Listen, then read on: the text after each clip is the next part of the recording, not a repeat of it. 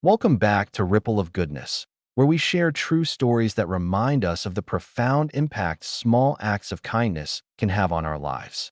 Today's story will touch your heart and show you that sometimes the people we help are actually the ones who saved us first. If you're new here, make sure to subscribe and hit that notification bell so you never miss a story that might just change your perspective on life. Music transitions every morning at exactly 6:15.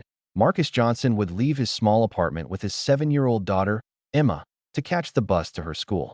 Being a single dad wasn't easy. 3 years ago, when his wife passed away suddenly, Marcus found himself navigating parenthood alone, working double shifts as a warehouse manager while trying to be both mother and father to his little girl. The same route, the same routine. Down the stairs, past the corner store, and 3 blocks to the bus stop. That's where Marcus first noticed her. She was elderly, probably in her late 70s, sitting on the same bench every single morning. Her clothes were worn but clean, and she carried 2 large shopping bags filled with what appeared to be her entire life. Her hands trembled slightly as she held a small cardboard sign that read, "Anything helps. God bless." Most people walked past without a second glance. But Marcus couldn't. The first morning he stopped, he only had a few dollars in his wallet. Money was tight, always tight. But something in her tired eyes reminded him of his own struggles, his own moments of feeling invisible to the world. "Good morning," he said, handing her the bills. "I hope this helps a little." She looked up at him with surprise, her weathered face breaking into a gentle smile. "Thank you, son. Bless you and your beautiful daughter." That became their routine. Every morning, Marcus would stop. Sometimes he brought her coffee from the corner store. Other times, it was a breakfast sandwich he'd grabbed on sale. When he had extra, he'd slip her a 10 or 20. When he didn't, he'd at least stop to talk, to acknowledge her presence, to let her know she mattered. Emma would smile at the elderly woman, sometimes sharing stories about school.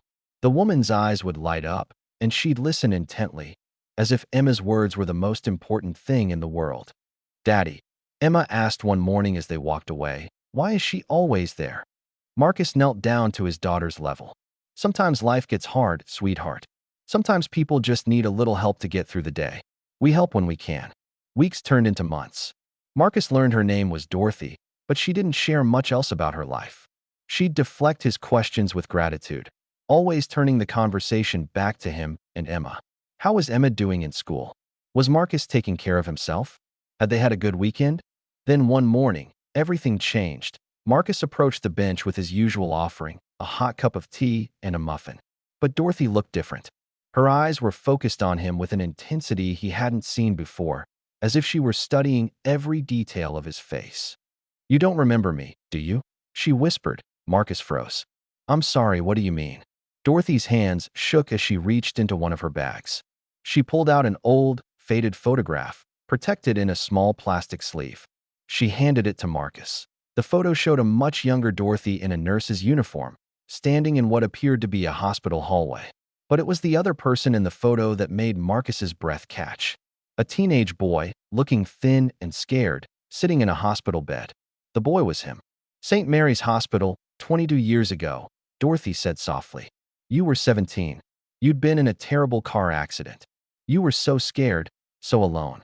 Your parents, they couldn't. They didn't come to see you much." The memories came flooding back. The accident, the weeks in the hospital, the fear, the loneliness. And yes, there had been a nurse. A kind nurse who had stayed past her shifts, who had talked to him about life and hope and futures when he thought he had none. You were Nurse Dorothy," Marcus stammered, his voice cracking. She nodded, tears streaming down her weathered cheeks. "I saw you that first morning, 3 months ago. I recognized you immediately. That same kind face, just older. And when I saw how gentle you were with your daughter, how you stopped to help me when you clearly had so little yourself, I knew. I knew the boy I'd helped all those years ago had grown into exactly the kind of man I'd hoped he would be. But why?" Marcus could barely speak through his emotion. "Why didn't you tell me? Why are you here like this? You helped save my life." Dorothy smiled sadly. "Life has its twists, son. I got sick, lost my pension in some bad investments, lost my home. Pride kept me from reaching out to anyone who knew me. But every morning, seeing you, seeing the good man you became, seeing you teach your daughter kindness even when you're struggling, That's been my blessing. You gave me hope again." Marcus was crying now, and Emma hugged his leg, confused but knowing something important was happening. "You're not staying on this bench another night," Marcus said firmly. "I don't have much, but I have a couch. We'll figure something out." "Oh, son, I couldn't. You could and you will. You didn't give up on me when I had nothing. I'm not giving up on you." That day, Marcus made calls. He contacted social services, reached out to his church, posted on community forums. Dorothy had worked 40 years as a nurse. She'd helped countless people. It was time people helped her. Within a week, the community rallied. A local veterans organization found her eligible for housing assistance. The nurses' union she belonged to had emergency funds. Old colleagues came forward with support.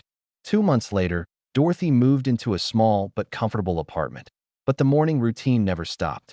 Marcus and Emma still met Dorothy, now at the coffee shop near her new home. They'd have breakfast together before school, three people bound by the beautiful circle of kindness that had saved them both. Marcus often thinks about that morning when Dorothy revealed their connection. How the person he thought he was helping had actually been helping him, giving his acts of kindness meaning and purpose during his darkest time of grief. Because that's the thing about kindness. You never really know whose life you're changing. Sometimes the stranger you help is the angel who once saved you. And sometimes, by helping others, we're actually saving ourselves. Music swells. If this story touched your heart, please give it a thumbs up and share it with someone who needs a reminder that kindness always comes back around. Leave a comment telling us about a time someone's kindness changed your life.